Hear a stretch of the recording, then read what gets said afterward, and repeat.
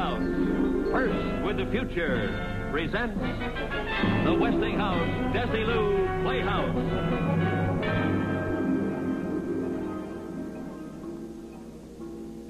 Good evening, ladies and gentlemen, and welcome to another Westinghouse Desilu Playhouse. Tonight, we're going to see a story written by Rod Serling and starring William Bendix. Our story begins in a doctor's office. A patient is sitting there. He walked into this office 9 minutes ago. Once upon a time, there was a psychiatrist named Arnold Gillespie and a patient whose name was Peter Jensen. Mr. Jensen walked into the office 9 minutes ago. It is 11 o'clock, Saturday morning, October 4th, 1958. It is perhaps chronologically trite to be so specific about an hour and a date, but involved in this story is a time element. Well, Mr. Jensen, I think we have some of the facts. Your age, unmarried, no physical ailments of any serious nature, and no previous visits to a psychiatrist. No previous arrests, either. The only time I ever saw a psychiatrist before was in a cartoon. Well, at best, you'll find this helpful. And at worst, harmless. Cigarette? No, thanks. Now, your occupation. Various. Part-time unsuccessful bookie, card dealer. Oh, I tended bar once, just down the street from here, a couple of doors. Andy's place. Well, how do I stack up, Doctor? Am I subnormal, abnormal, or just an average American lad? Family? Father and mother, both married. Scranton, Pennsylvania. He was a butcher. Butcher? Yeah, he was highly successful. His thumbs weighed 12 pounds. That's a good joke. You think so? Maybe you should see a psychiatrist. I think I will take one of those cigarettes. Sure, help yourself.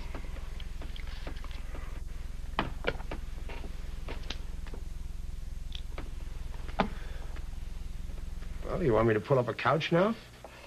Well, not necessarily, if you're comfortable here. Let's start right here. You can start by telling me why you came. All right. Nothing shakes you up, does it? How do you mean? I mean, everything is calm and cool, and you're the boss. When I walked in here, I could see you making inventory. Check the cut of the clothes. Check the language. And up there inside your head, that's where you mark down all the results. And then later on, you put the whole thing in pigeonholes. This fits here, this fits there. You got me pegged, haven't you? No. You figure this is some sort of minor league horse player. Maybe a little hungover, maybe a little bugged. But either way, maybe about 40 degrees tilt.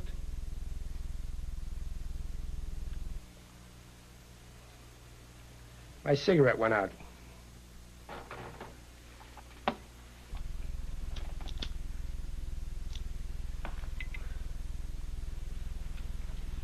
All right, pigeonhole this one. Look, if said minor league horse player tells you a half-witted story, can you tell me in one simple statement whether or not I'm off my rocker? Without dragging in Sigmund Freud and a lot of medical school English, can you tell me what's wrong with me? I can try. I keep having a dream. Aren't you going to mark it down? You keep talking. I'll just make some notes on things that I think are pertinent. I don't know whether or not any of this will sound pertinent. I do know it'll probably sound nuts. I know it sounds nuts to me. Anyway, there it is. Okay, tell me about it. Well, I keep having this dream. I've had it, I don't know, 5 or 6 times now. What sort of dream? A real one. Did you ever have any wacky dreams that seemed real? Oh, sure. I guess we all have. But have they happened over and over again? Recurred? Same dream? The same dream. Identical. It doesn't change. What's it about? It always begins the same way. I'm asleep.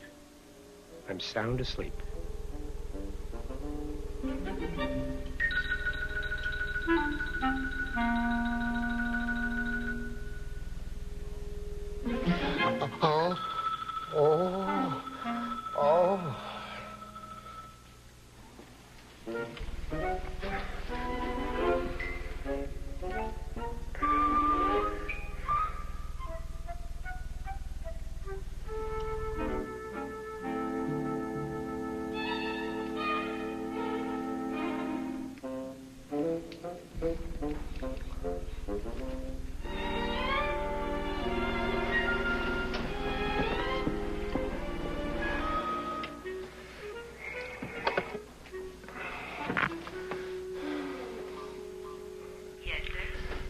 It's 5:06. Tell me, I got in pretty late last night, didn't I? I beg your pardon, sir. I asked you if I got in late last night. Well, I really don't know, Mr. Jensen. I wasn't on duty last night. Oh. Look, have you got any water? Well, you'll find some if you look around, sir. Oh, yeah. Thank you very much. Yes, perfectly. Wait a minute. What do you call this place, anyway? I beg your pardon, sir. I asked you the name of the hotel. Look, do you work here or are you just inspecting the kitchen? I asked you what the name of the hotel was. This is the Imperial Hawaiian, sir. Oh.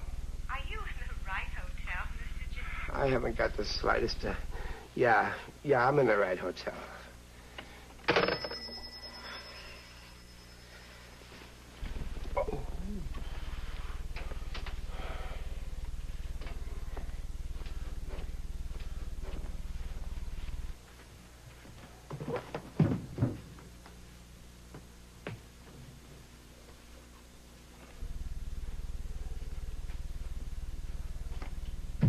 Oh.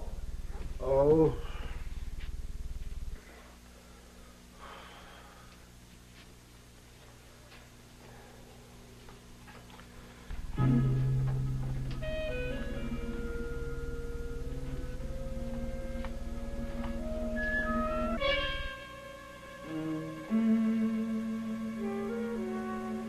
December 6th. Yeah. Late, sir. Do you want me to clean up now? No. Wait a minute, yes. Good morning, sir. Did you sleep well? Mother, that's a moot question. All right, you want to explain the gag now? Excuse me, sir? I asked you if you wanted to explain the gag. You tell the guy who put you up to this he's on the threshold of a deep wound. You tell him I'm going to take out his teeth one by one. This is October, isn't it? October, sir? What's October? 30 days has October. April, June, and November. Remember? This month, it's October, isn't it? October? I don't believe so, sir. What do you mean you don't believe so? Is it October or isn't it? It's December, sir. December 6th. It's what? It's December 6th. Yeah, that's what I thought you said. December 6th. Are you all right, sir? Yeah, I'm all right. Except that I have obviously just come down the home stretch of the biggest toot in the history of man. You say this is December 6th? Well, last night I was in New York City at the Benjamin Willard Hotel, and it was in October. You're probably overtired, sir. Maybe you aren't feeling so well. Why don't I come back later? Overtired I'm not. Not feeling so well. That is the champion blue ribbon understatement of the year. A toot that takes 2 months and winds up in... What's the name of the place? What's the name of what place? This place! It's the Imperial Hawaiian Hotel. That's what I mean. Since when is there an Imperial Hawaiian Hotel in New York City? It isn't in New York City, sir. It's in Honolulu. Oh, that figures. It's in Honolulu. Which leads me to the next question. What am I doing in Honolulu? I don't know, sir. That's what I thought you said. Now, there's just one more question. Really, sir? Why don't I come back later? Come here.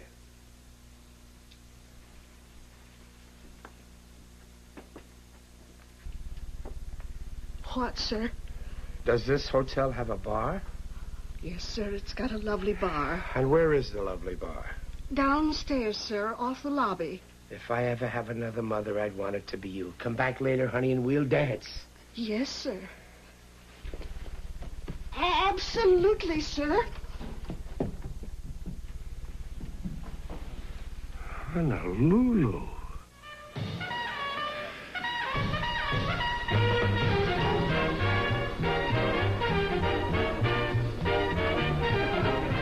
Would you like a table, sir? No, I want to sit at the bar. But there are no seats left at the bar, sir.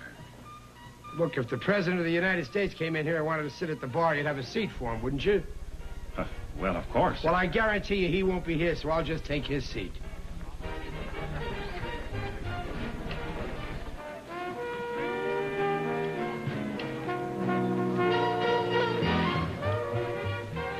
That seat's occupied. You know it. I want a dry martini. I want it so dry the olive will come up coughing. You're the boss.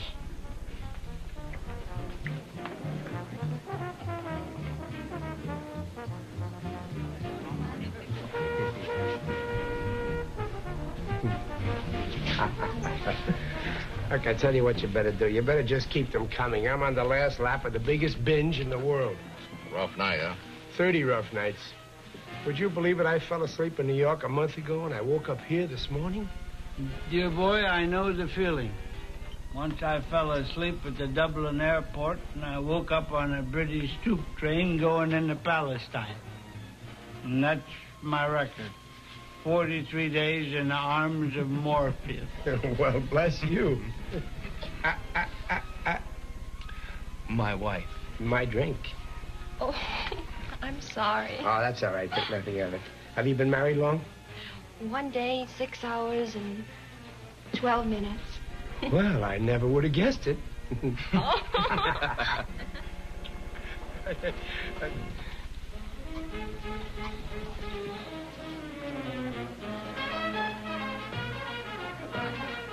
You from New York?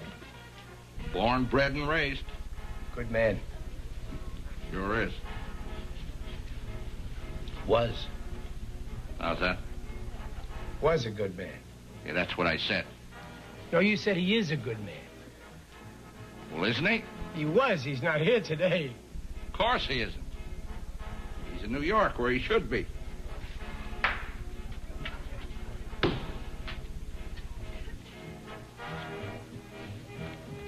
You know, you got a nutsy sense of humor. What are you, the argumentative type? You're looking for an argument, buddy? Is that it? No, I'm not looking for an argument. I just want to tell you that if you're kidding me, I'll come behind that bar, and in about 3 minutes, I'll be able to scrape you up in a spoon and put you in a cup. Let me buy you a drink. No, let me buy you a drink. A drink for the newlyweds. The newlyweds are drinking champagne. Give him champagne. What do I look like, a deadbeat?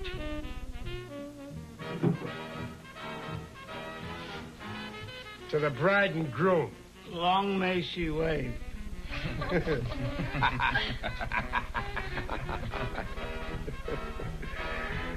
You off a ship?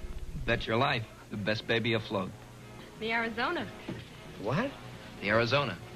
The Arizona? When did they dredge her out of the mud? You're talking about my ship. She's never been close to the mud. She hasn't, huh? Boy, you got a lovely wife and a lousy memory. You trying to tell me she wasn't sunk? I'm not trying to tell you. I'm telling you. The Arizona's never been sunk in her life. She hasn't, huh? You know it. You know it. I don't know it. I say she got sunk on December 7th, 1941. And that's where she sits today, in the mud at the bottom of Pearl Harbor. Now, what do you think of that?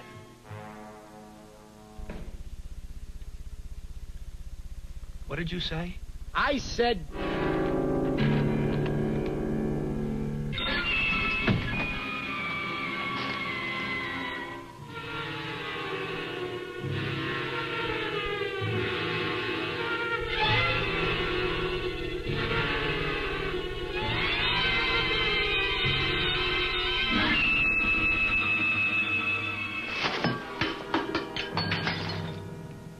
It's not 1941. It's 1958.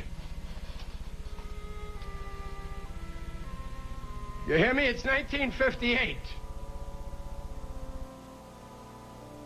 How could it be 1941? It's 1958. How could it be 1941? It's 1958. 1958. Mm-hmm. And the dream ends there, huh? No, it goes on. I see, but up to that point, you say that each dream is identical. Identical. I even remember going to the door of the bar, look out in the street, look at all the cars. 39s, 40s, 41s, no fins or anything. Go on. Now get this. This is probably where I should get on the couch. I don't think this is a dream.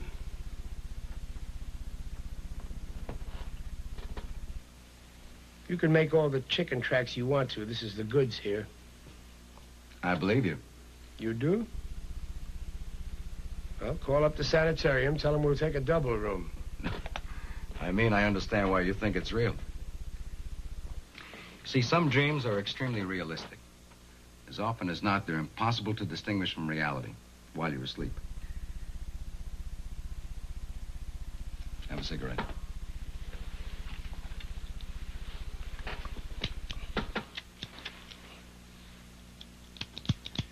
It's run out of fluid. Done quite a bit of smoking here. Now, where were we? You don't get what I'm telling you, do you? It isn't just that it's real while I'm asleep. While I'm telling you this, while I'm standing here telling you this, it's still real. Everything that happens in those dreams, that's real. Go on. Well, it spills the beans, doesn't it? And this is your problem. That's some problem. A guy who dreams things and thinks they're real. Well, as I told you, some dreams are very real. Oh, I've had dreams like everybody else. But a week ago when these things started, I knew that they weren't dreams. You understand? They're not dreams. Well, if they're not dreams, Mr. Jensen, what do you suppose they are? What do you suppose they are? I wake up in a hotel room in Honolulu and it's 1941. But I mean, I really wake up and it's really 1941. Now, wait a minute, Mr. Jensen. You're not trying to tell me... Yes, I am telling you. I'm going back in time.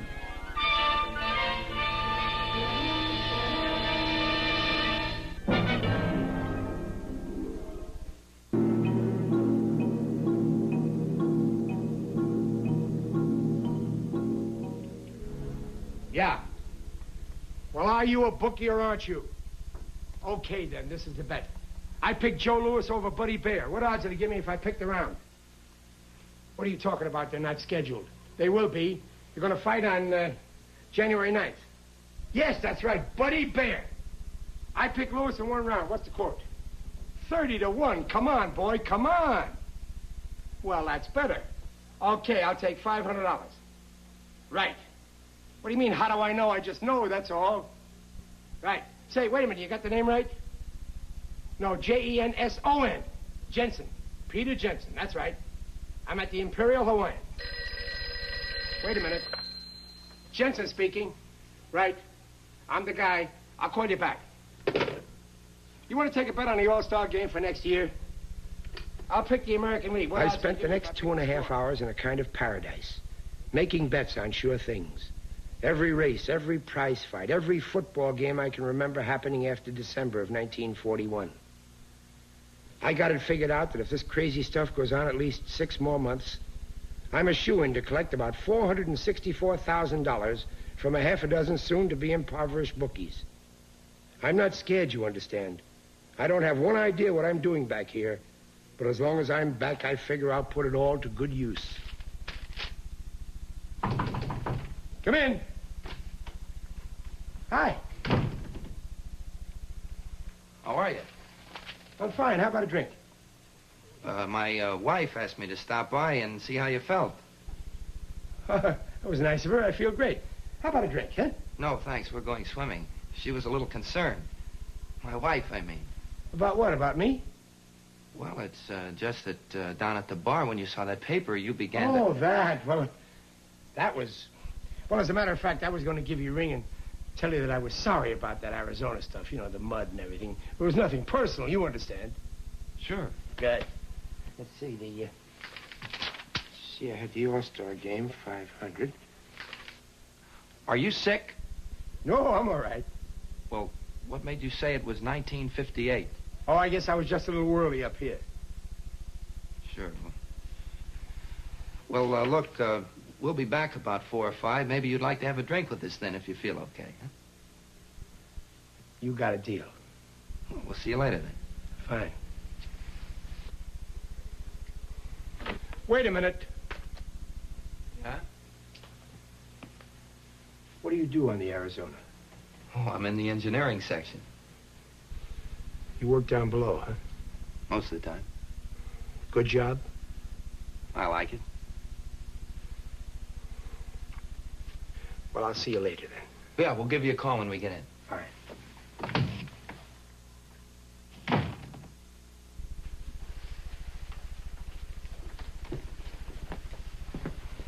How is he? I think he's okay. He seems so lost. Now, he'll be okay. Said to give him a call when we get in. Wonderful.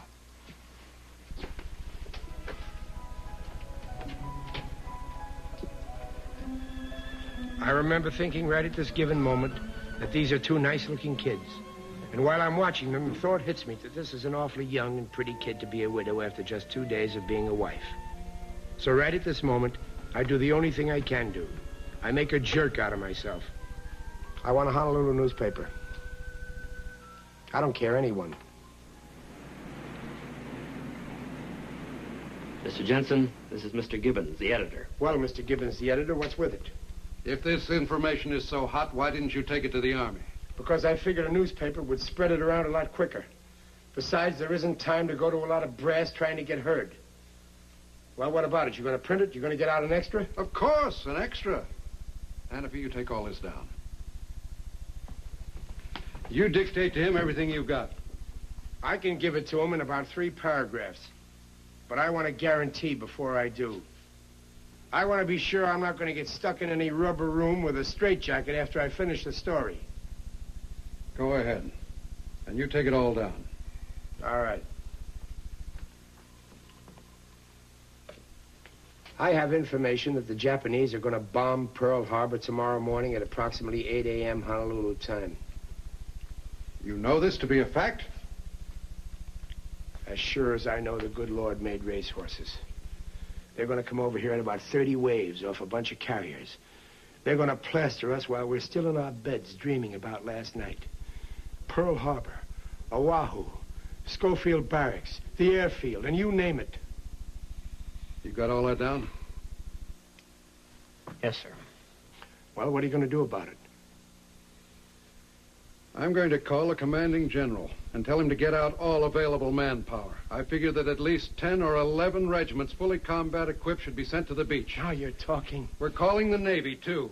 Aircraft carriers will be sent to the area. I figure there should be at least 1,000 planes. That's action, man. That's action. Then I'm going to recommend to the President of the United States that you lead the troops because you're good officer material. Now you're talking my... All right, knock it off. Cut the gag. Now you listen to me. No, you listen. Because I'm going to tell you something, newsboy. Tomorrow morning, you're going to be about 4,000 miles away from any kind of laughing. And you're not going to be able to say that I didn't warn you. Because this is no gag. You're right, it's no gag. Because we're fed up. We've had all we can take for one afternoon. Now, you get out of here peacefully, Mr. Jansen, or I may have to have somebody escort you outside. I can walk out by myself. And if you try to put anybody at my elbows, you're going to have to call in a hospital staff. I don't appreciate that kind of talk. Oh, you don't, huh? You really don't. Well, what do you appreciate, Mr. Gibbons? Maybe you'd appreciate a good smack in the jaw. Something to repay me for my trouble in coming over here and trying to get in to see you. This is going to hurt me worse than it does you, Mr. Jensen. Believe me. I believe you, Mr. Gibbons.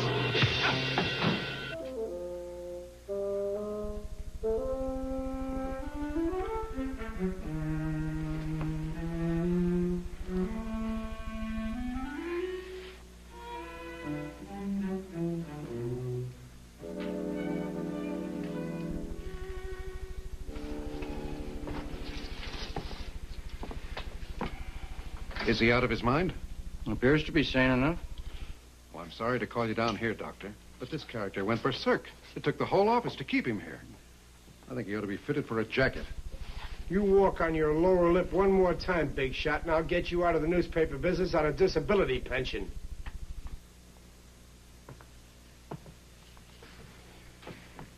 You've never suffered from delusions, have you? You do know where you are, who you are? Oh, stop it. I'm as sane as anybody in this room. And a more incriminating statement I'll probably never make the rest of my life. What is the date today? December 6th. And we're... We're what? We're where? We're in Honolulu, Hawaii. What did you have to eat today, to drink? Nothing. Nothing to eat and precious little to drink. I've spent the whole afternoon wasting my time with these two kooks. Who is the President of the United States? Who's kidding who? You're supposed to be finding out if I'm nuts. Eisenhower. Who did you think it was? U.S. Grant? Who? Who did you say the president was? Of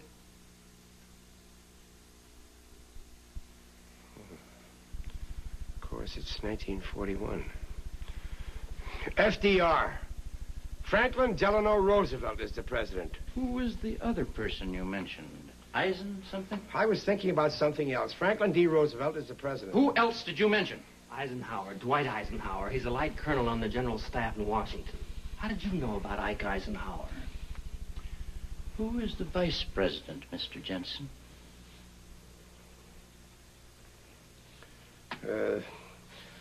Garner. John Nance Garner. John Nance Garner was the vice president. He isn't any longer. Oh. Well, wait a minute now. Truman. Harry Truman. Of course it's Truman, because when Roosevelt dies, Truman becomes the president. How's that? What's the matter with you guys? Don't you know that Roosevelt dies, and then Truman takes over, and then Eisenhower becomes the president? What's the matter with you guys? What's...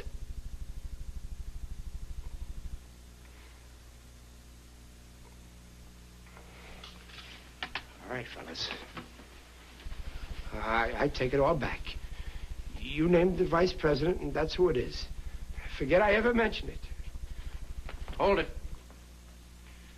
Sit down, Mr. Jensen. Let's you and I talk this over.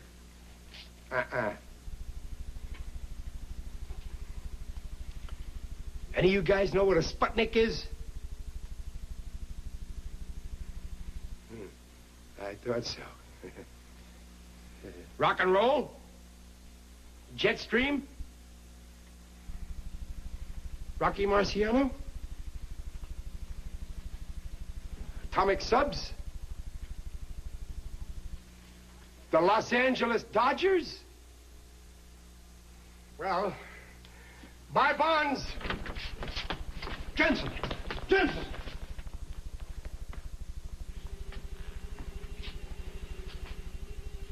Something on your mind, Hannafy? No, nothing, Doc. Except... Except what? There's nothing insane about that man. I didn't say there was.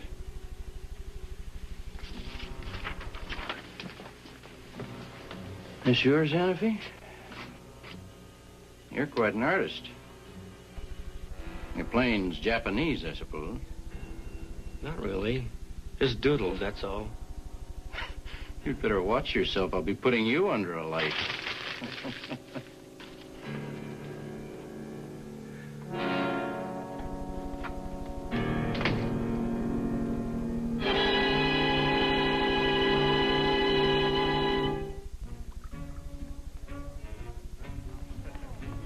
The best laid plans of mice and men and Pete Jensen.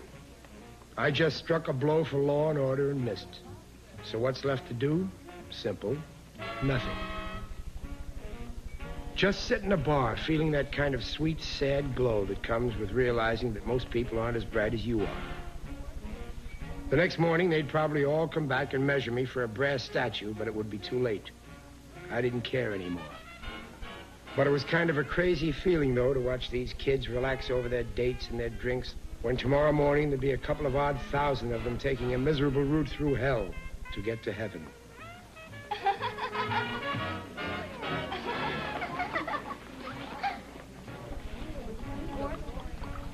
A Happy New Year to you. Knock it off.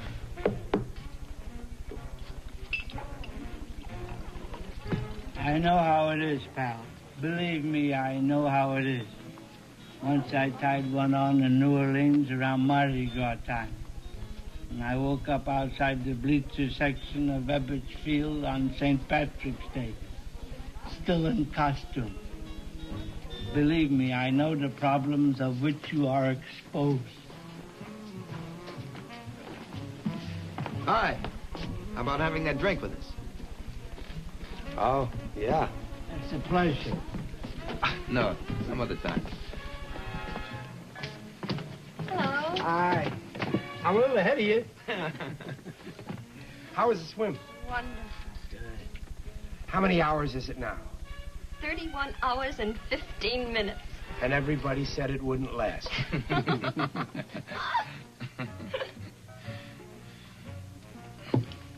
Mr. Jensen? Pete. Pete? Are you all right? Oh, sure, I'm all right. Why? Well, this morning you seemed so sure it was another year. Did I? Well, I guess I was just a little mixed up, that's all, honey. And I didn't mean anything personal about what I said this morning, either. Oh, I told you to forget that. Around for all of us. Tom Collins for me. Same here. What about you? What are you drinking? Double scotch. Double scotch. Double scotch. You sure like your scotch, don't you, sir? Why, you got a grandfather in the bourbon business?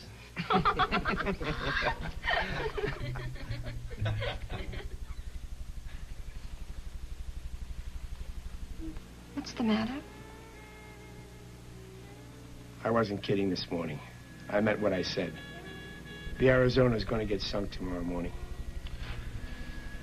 Are we on that again? We're on that again. Look, Lieutenant. Ensign. Ensign, Lieutenant, it doesn't matter. I've got no axe to grind, you understand? Tomorrow morning, I've got every intention of going down into the basement and cuddling up to the furnace and spending the whole day listening to the sirens. You say you're an engineering officer or something. That means you're down near the boilers. Well, I'm telling you that at about 8:20 a.m. tomorrow morning, there won't be any boilers. There won't be any decks. There won't be any ship left. And that goes for a lot of boilers and a lot of decks and a lot of ships. Not to mention handsome young ensigns with new brides. Please, don't talk like that. I've got to talk like that. This is the second half of the story. I know what's going to happen tomorrow. Because tomorrow is December 7th, 1941 to you people. But it's 17 years ago to me. That's right. Last night I was in New York City. It was 1958. It was October. It was 17 years after what it is this very minute. And I've lived through those 17 years, and I know what's going to happen. Look, you're nice kids. You're nice young kids. I've got no reason in the world to give you grief. I'm telling you that tomorrow morning we're going to get attacked. And if you're on that ship... I'll be on that ship because that's my berth. Mr. Jensen, you're a nice fellow and all that, but if you keep saying crazy, wild things like this and making Edna worried, I'm going to have to pop you. Come on, honey, we'll have our drink at the bar. Wait a minute. Hey, you, I don't want no trouble. You want to fight, go out and fight a lamppost. You shut your mouth. All right, what are you going to do about it? You going to stand around holding hands and biting earlobes until this boy goes back to his ship? Because I'm telling you, if he goes back to that ship, he may not be alive at 9 o'clock tomorrow morning. Repeat, he may not be alive tomorrow... I told you I don't want no trouble, you hear me?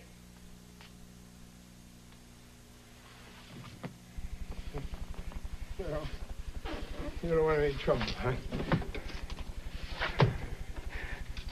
You don't want any trouble. All right, I don't want to give you any trouble. I want to give you music.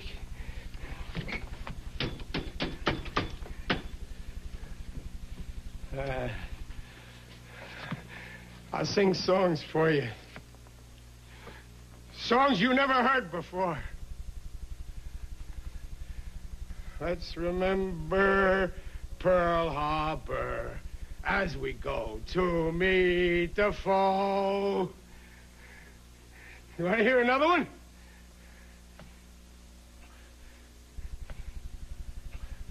Praise the Lord and pass the ammunition. Praise the Lord and pass the ammunition. Praise the Lord and pass the ammunition, and we'll all stay free. You hear that? That's a song you're all going to be singing. You're all going to sing that in about a week. Because the Japs are going to...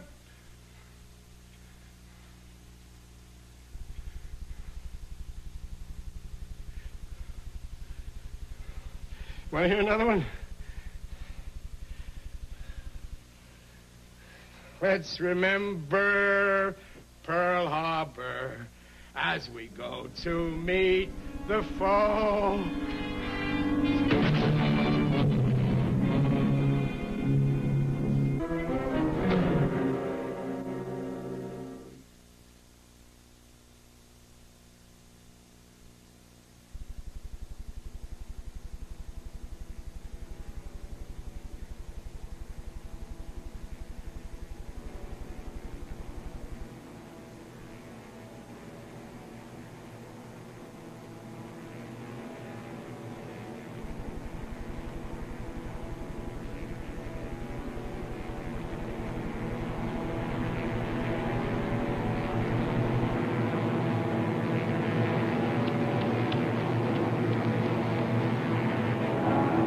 I told you!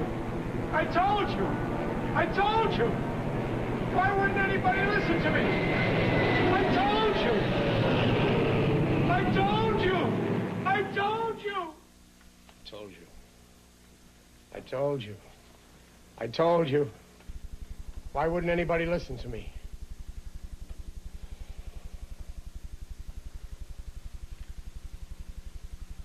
And then? That's where I wake up. Standing by the doors.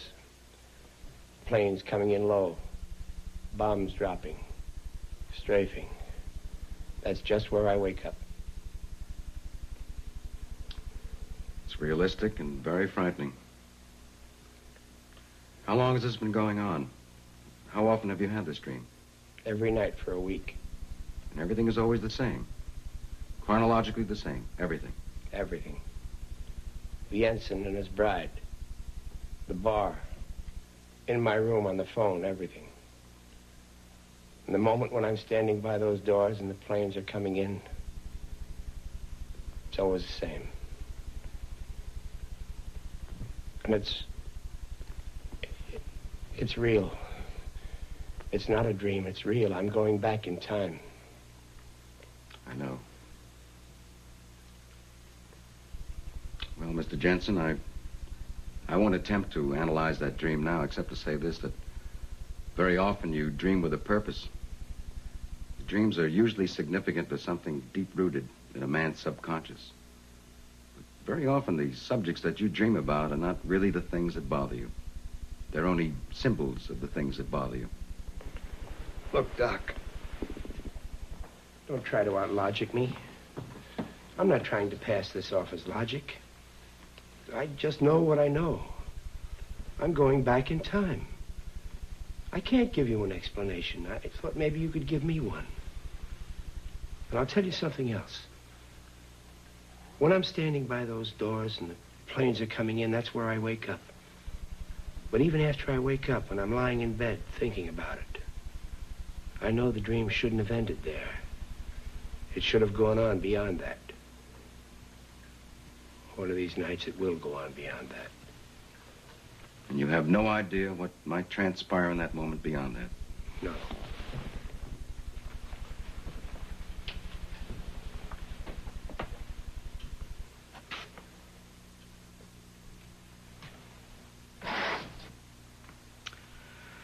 All right, let's approach it your way. Let's look at it as if it weren't a dream, but let's look at it very practically. Assume now that it were possible to go back in time. Now we can assume that. You go back in time and you do something. Let's say you warn people about an accident that you know is going to happen so that the accident doesn't happen. But what is it that you're doing? By altering the past, you change the present. Look, Doc. Now, this is important, Mr. Jensen. It's very important that you grasp this. Let's try this analogy. Supposing I were able to go back in time. I go back and I'm hit, well, let's say by a taxi. Now, it figures that if I were able to go back in time and were killed, I wouldn't be living today. Not only that, think of all the other lives affected. I wouldn't have gotten married, I wouldn't have any children, I wouldn't have bought a house. Now, all these things wouldn't exist as they do today because I changed them in the past by being killed. So? So, it's not possible to go back in time. We must assume that this is a dream. All right, try this then. All right?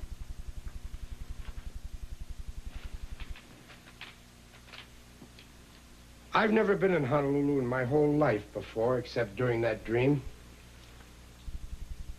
So, after the first couple of times I dreamed this, Take your time.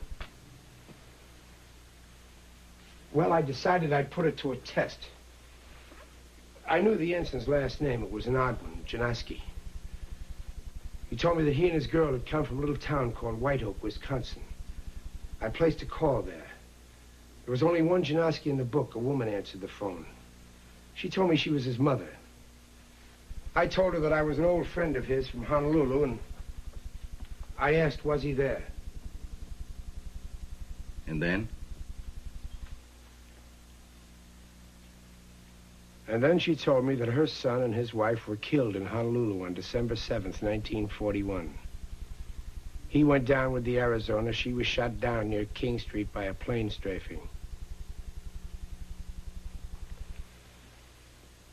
Well, Doctor? Are you sure you've never been to Honolulu? Yes, I was there once. When? When I'm supposedly having that dream.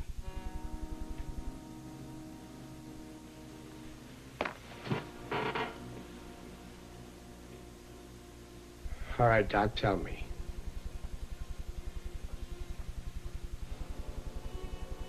I don't hear you talking.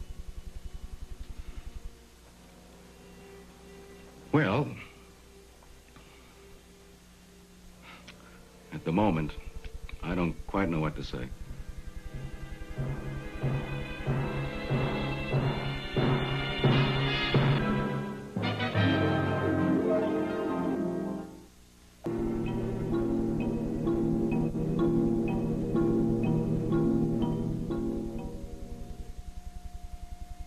Dr. Gillespie's patient lay on the couch almost in a stupor.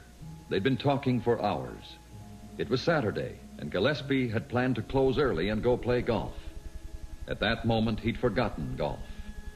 He was concerned only with the fascinating and unbelievable story that this man in front of him had told him.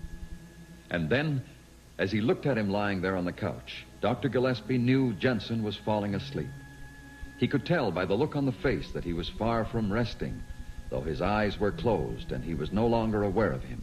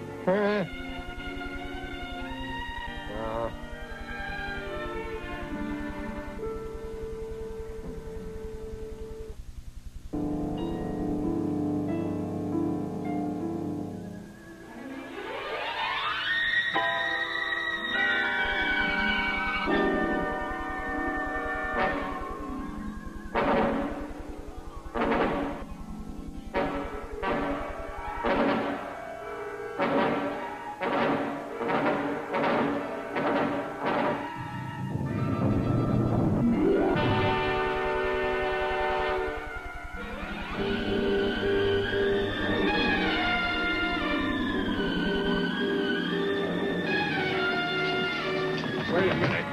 Repeat. He may not be alive tomorrow. I told you I don't want no trouble, you hear me? Mr. Jensen. Mr. Jensen.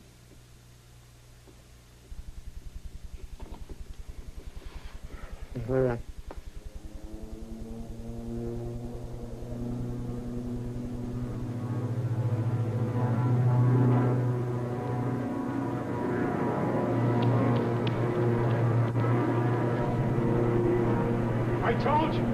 I told you. I told you. Why wouldn't anybody listen to me? I told you. I told you. I told you.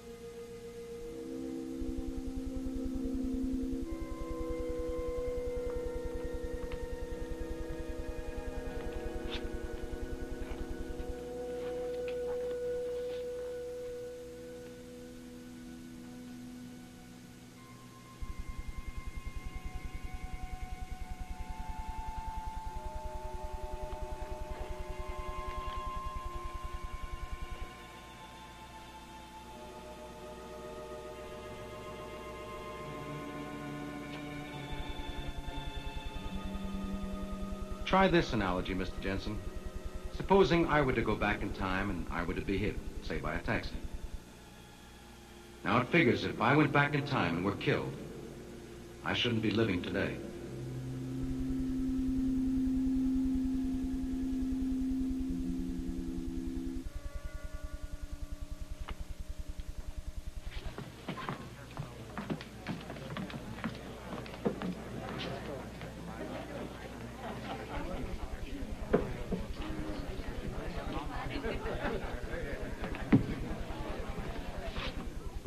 Yes, sir?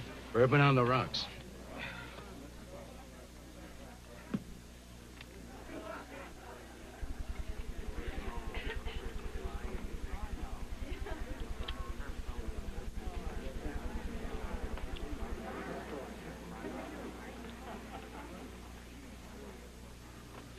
Bourbon on the rocks.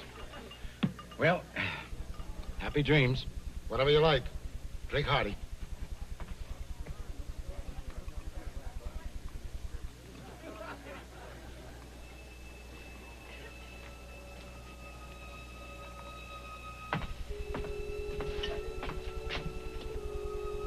Something wrong? No. Who's the guy in the picture? Who, him? No, the other picture. Oh, that's Pete Jensen. He used to tend bar here. No? Jensen? No. Just looked familiar, that's all. Where's he now? He's dead. He was killed at Pearl Harbor.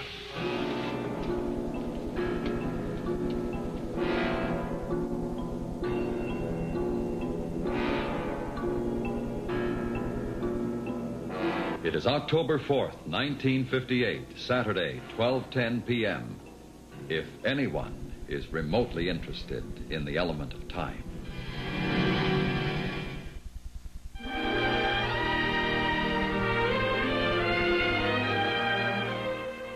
You're watching an all-night sneak preview of Nick at Night's TV Land, the new 24-hour network. If you like what you see, call your cable company and tell them to add this channel to your service.